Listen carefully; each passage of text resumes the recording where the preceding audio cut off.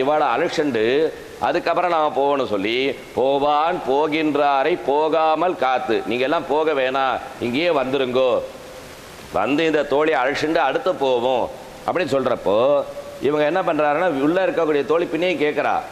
வேறு ஏதாச்சும் எவிடன்ஸ் கொடுங்க நீங்கள் எல்லாரும் வந்துட்டீங்கன்னு சொல்கிறீங்க 5 லட்சம் பேர் நான் எண்ணி முடியறதுக்கு அட்டன்ஸ் எடுக்கிறது எனக்கு சாத்தியப்படாது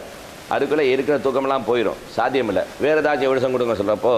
இவங்க என்ன சொல்கிறாங்கன்னா கூவுவான் வந்து நின்றோம்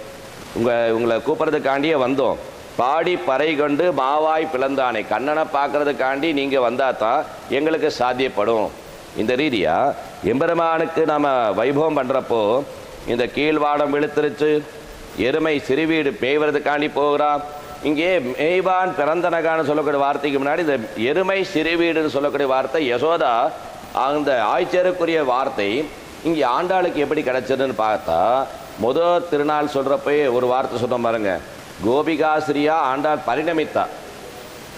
இங்கே ஆய்ப்பாடி மக்களோட எப்படி இருப்போமோ அதே மாதிரி கண்ணபிரான் திருவடி வாங்கிறதுக்காக கண்ணனை வந்து அவங்க திருவடி சம்பந்தம் வாங்கிறதுக்காக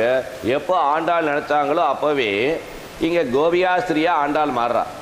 ஆகையினால அங்கே இருக்கக்கூடிய ஸ்டாண்டிங் என்னென்ன இருக்கோ வார்த்தை விஷயமாட்டும் பேச்சு நடை விடை பாவனை எல்லாமே அந்த மாதிரி வந்துட்டா ஆனால் ஊர் விட்டு ஊர் வரப்போ ஒரு சில வார்த்தை மாறுறது சகஜம் முதல் சொன்ன மாதிரி சென்னை தமிழ் மதுரைக்கு ஒத்து வருமா இல்லை மதுரை தமிழ் சென்னைக்கு ஒத்து வருமா கொஞ்சம் வித்தியாசம் அதே மாதிரி ஒவ்வொரு ஆற்றுக்கும் ஒவ்வொரு வைபவம் இருக்கும் நம்ம ஆற்றுல இந்த மாதிரி பண்ணுவோம் அந்த ஆற்றுல அந்த மாதிரி பண்ணுவோம் ஒரு தடவை என்ன ஆச்சுன்னா சென்னையில் இருக்கக்கூடிய ஒரு பிராமின் வீட்டு பொண்ணு திருநெல்வேலியில் இருக்கக்கூடிய பையனுக்கு வாக்கப்பட்டா அவருக்கு என்ன ஆச்சுன்னா ஒரு சில வார்த்தைகள் புரியலை டேம்பேடு மாதிரி ஒரு சில வார்த்தை புரியலை இங்கே ஆற்றுக்கு வந்த அப்புறம் அன்னைக்கு சமைச்சாங்க சமைச்சு பரிமாறுறப்போ மாமனார் உட்காந்துருக்கா மாமியார் உட்காந்துருக்கா இல்லை அவரோட ஐயா உட்காந்துருக்கார் எல்லாருமே பரிமாறிருக்கு சாப்பிடு வாயில் வைக்கிறப்போ அன்னைக்கு அந்த ஒப்பிலேப்பன் பிரசாதம் நல்லா இருக்கும் இங்கே அதையும் காணா ஆகையினால அது கொஞ்சம் சேர்த்துருமான்னு சொன்னாங்க இவளுக்கு புரியலை என்ன சொல்கிறாங்க ஏது சொல்கிறாங்க கொஞ்ச நேரம் முகத்தை பார்த்துட்டே இருந்தான் ஏன்னா அந்த டேம்பேடு புரியலையே கொஞ்ச நேரம் யோசனை பண்ணா இல்லை எனக்கு புரியலை அடியனுக்கு புரியலைங்க இந்த லவணத்தை கொண்டு வா அப்படின்னு சொன்ன உடனே இந்த அம்மா கொஞ்ச நேரம் பார்க்குறான் லவணம்னா சரி இப்போ கேட்டால் ஏதாச்சும் நமக்கு திட்டு விழுந்துடும் சொல்லி நேராக உள்ளே போனான் பின்ன கொள்ளவாசலுக்கு போனால் பக்கத்தாத்து மாமியை கூப்பிட்டா மாமி இங்கே வாங்க மாமிங்கண்ணா என்ன மாமனார் வந்து லவணத்தை கேட்குறா அப்படின்னா என்ன இந்த அம்மா அதை விட அவங்களுக்கு அதுவும் புரியலை உள்ள எரும மாட்டு சாணி இருக்கும் அதை தான் கேட்குறாங்க போல இருக்கு நீ கொண்டு போய் கொடுன்னு சொல்கிறான் கொண்டு போய் கொடு சொன்ன உடனே சரி இதுதான் கேட்குறான்னு சொல்லிட்டு நேராக கொண்டு போயிட்டா கையில் எடுத்துட்டு நேராக வர மாமா என்ன இந்த லவணத்தை கொண்டு வந்தியா கொண்டு வந்துடுறேன் வாழையில் வை வச்சுட்டா அப்படியே பார்த்துட்டு இனி உன்ட்ட எதுவுமே கேட்க மாட்டேன் இந்த பிரச்சனைக்கு நான் வரலை அப்படின்னு சொல்லிட்டு போயிட்டா இந்த மாதிரி அந்த டேம்பேர்டு அந்தந்த ஆற்றுக்கு பிடிக்கணும் அந்தந்த ஆற்றுக்கு நம்ம கரெக்டாக தெரிஞ்சுட்டா தான் அந்த வாழ்க்கை சிறப்பாக அமையும் அதனால் ஆண்டாள் என்ன பண்ணுறாருன்னா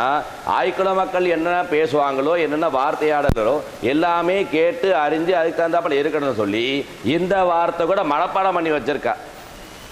எருமை சிறுவீடு அப்படிங்கிறது சின்ன சின்ன பயிராக மேய்க்கக்கூடிய அந்த எருமை வைபவம் அந்த வைபவத்தை கூட மைனூட்டாக இந்த ஆண்டாள் தெரிஞ்சுட்டு வந்ததுனால இந்த பாசுரத்தில் வந்து எருமை சிறுவீடுன்னு சொல்லி ஒரு வார்த்தை போட்டிருக்கா அதே மாதிரி பரந்தனகான் மிக்குள்ள பிள்ளைகளும் போவான் போகின்றாரை போகாமல் காத்து உன்னை கூவான் அந்த ரீதியாக உங்களை எழுப்புறதுக்காக வந்திருக்கும்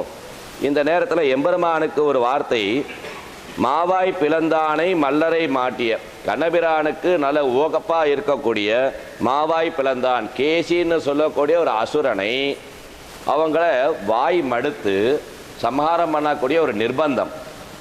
அந்த மாதிரி ஒரு நல்ல ஒரு வைபவத்தை பண்ணாங்க அதே மாதிரி சாணூரன் மல்லன்னு சொல்லக்கூடிய கம்சனுக்கு முக்கியமான 2 புஜபல பராக்கிரமாக உள்ளவர் கம்சன்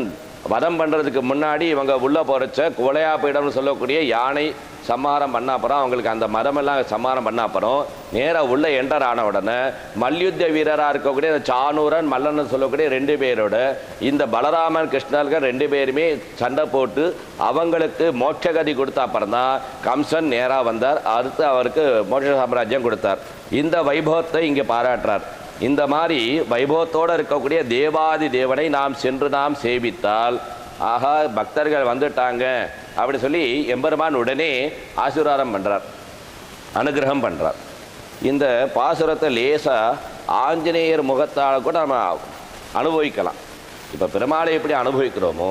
அதே மாதிரி ஆஞ்சநேயர் கூட இங்கே இந்த பாசுரத்தை அனுபவிக்கலாம். எப்படின்னா, கீழ்வானம் வெள்ளென்று எருமை சிறுவீடு. கீழ்வானம் வெளுத்தது எப்போ? ராமபிரான் சீதாதேவி அங்கே இருந்து கிளம்பியாச்சு, அசோகவனத்துக்கு போயாச்சு. அப்படி இருக்கிறப்போ சீதாதேவி எங்கே இருக்கார், எங்கே யாரை வச்சு பார்க்கலாம், எங்கே போய் தேடலாம்னு சொல்லி சுற்றிகிட்டே இருக்கிறப்போ ஆஞ்சநேயரை பார்த்த உடனே இங்கே கீழ்வானம் எப்படி வெளுத்து வந்ததோ அதே மாதிரி சூரியனோட அந்த குமாரரா சிஷ்யராக இருக்கக்கூடிய ஆஞ்சநேயரை பார்த்த உடனே கீழ்வானம் வெளுத்து வந்த மாதிரி ராமருக்கு ஒரு உல்லாசை, நல்ல மன நிறைவு கிடைத்தது.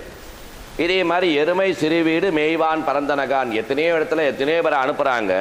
ஆனால் ஆஞ்சநேயர் தான் சீதாதேவி பார்க்க போகிறாருன்னு ராமபிரானுக்கு எப்போ முத ஆஞ்சநேயர் பார்த்தோன்னு ஒரு வைபவம் கிடைச்சதோ அதே மாதிரி அந்த கணையாளியை தூக்கி ஆஞ்சநேயர்கிட்ட கொடுத்தார். ஆஞ்சநேயர் கூட மற்ற பிள்ளைகளை விட ஆஞ்சநேயர் நேராக சீதாதேவி எங்கே இருக்காரோ அங்கே போய் நேரடியாக போனார். ஒரு சில பேர் போனால் இங்கே போயிட்டு வாப்பா அப்படின்னு சொன்னால் அந்த வேலையை மட்டும் பார்ப்பா. இது எப்படி சொல்லலாம்னா, படத்தில் சொன்ன மாதிரி ஒரு சில பேர் தலையை கொண்டு வரேன்னா முடியை கொண்டு வருவான், ஒரு சிலர் முடியை கொண்டு வரா தலையை கொண்டு வந்துடுவான். இதே மாதிரி இங்கே ஆஞ்சநேயர் என்ன பண்ணுறாருன்னா, அங்கேருந்து சீதாவை பார்த்துட்டு வான்னு சொல்லக்கூடிய வார்த்தைக்கு இவர் போனார், சீதாதேவியை பார்த்தார், அந்த மன கஷ்டத்தை தீர்த்தார். அதோடு இல்லாமல் அவங்களுக்கு அந்த இவர் போகிறப்ப அந்த உயிர் மாய்க்கக்கூடிய ஒரு வைபவம் நடக்குது, அதையும் நிப்பாட்டி வச்சு 1 மாத கால அவகாசம் தாயார் மூலியமாகவே அந்த அனுகிரகம் எடுத்துண்டு 10ஆம் குறைக்கு ராவணோட பலம் எல்லாமே தெரிஞ்சுண்டு இவரோட பலத்தையும் அவர்கிட்ட காமிச்சிட்டு ஸ்ரீலங்காவுக்கு என்னென்ன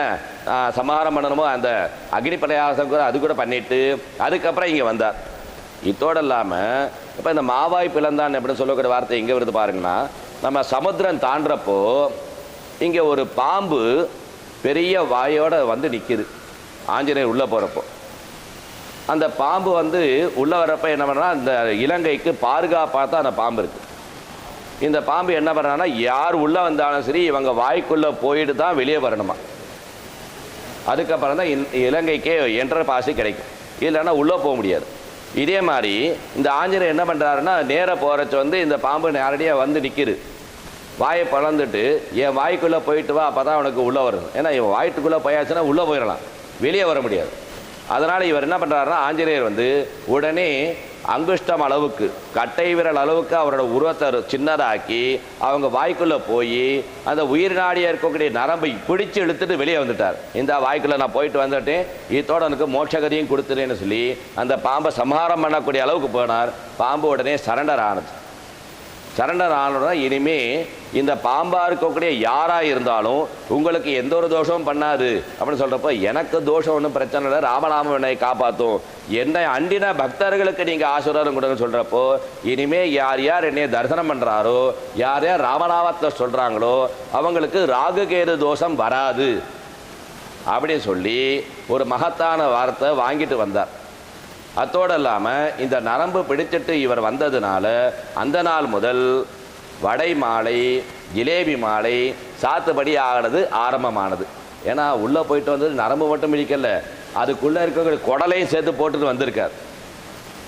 அப்போ எந்த அளவுக்கு அந்த பாம்பு கஷ்டப்பட்டிருக்கும். இதோட லட்சணம் தான் அடுத்தடுத்து வந்த ராகு கேது சம்பந்தம். இந்த குடல் மாலை மாதிரி எப்படி அவர் அடிகளத்தோடு வந்தாரோ, பக்தர்களுக்கு ஆசீர்வாதம் பண்ணக்கூடிய அமைப்பு வந்ததோ, அந்த நாள்லேருந்து இந்த வடமாலையும் ஜிலேபி மாலையும் ஆஞ்சநேயருக்கு சாதுபடி பண்ணி அந்த நாள்லேருந்து பக்தர்கள் ராம பக்தர்களாக மாறினாங்க. இதே மாதிரி மாவாய் பிளந்தானை மல்லரை மாட்டிய, இந்த மல்லரை அப்படிங்கிறது யார் யார் வர்றா, அக்ஷகுமாரிலிருந்து அந்த அசோகவனத்தில் இருக்கக்கூடிய எல்லாரையும் சம்ஹாரம் பண்ணக்கூடிய அமைப்பிலே ஆஞ்சநேயர் நடந்தார். இந்த ரீதியாக தேவாதி தேவன் ஆஞ்சநேயர் அப்படின்னு சொல்லக்கூடிய வார்த்தை எப்படி வருதுன்னா, இவர் பிறவியிலே அனைத்து வரங்களையும் வாங்கினவர். இந்திரன்ட்டாகட்டும், வருணன்ட்டாகட்டும், அதே மாதிரி ஈஸ்வரட்டாகட்டும், இந்த மாதிரி எல்லா தேவர்களையும் ஆசீர்வாதம் வாங்கி வாங்கி வாங்கி தேவர்களுக்கு தலைவனாக மாறின அமைப்பு இந்த ஆஞ்சநேயருக்கு உள்ளதுனால இந்த ஆஞ்சநேயர் வைபவத்தை நம்ம எப்பப்போ சொல்கிறோமோ அப்போ கூட ஆஹா நம்ம ராம பக்தர்கள் வந்துட்டாங்க, நம்ம தாராளமாக ஆசீர்வாதம் தருவோம்னு சொல்லி ஆஞ்சநேயர் வந்து நிற்பார். ஆஞ்சநேயர் பற்றி பேசுனாலும் சரி, ராமநாமத்தை பற்றி பேசுனாலும் சரி, ராமபிரான் சம்பந்தமான வார்த்தைகள் பேசுனாலும் சரி, ஆஞ்சநேயர் அங்கே வந்து நிற்பார். அப்படிங்கிறதுக்கு இந்த விட ஒரு சிறந்த உதாரணம் கிடையாது. இந்த ரீதியாக இந்த பாசுரத்தை 2 டைமென்ஷனாக நாம் பார்க்கலாம். ஒன்று வழக்கம் போல் உள்ள வார்த்தை, இன்னொன்று வந்து ஆஞ்சநேயர் சம்பந்தமான ஒரு வார்த்தை. ஹரி ஓம் தத்சத்.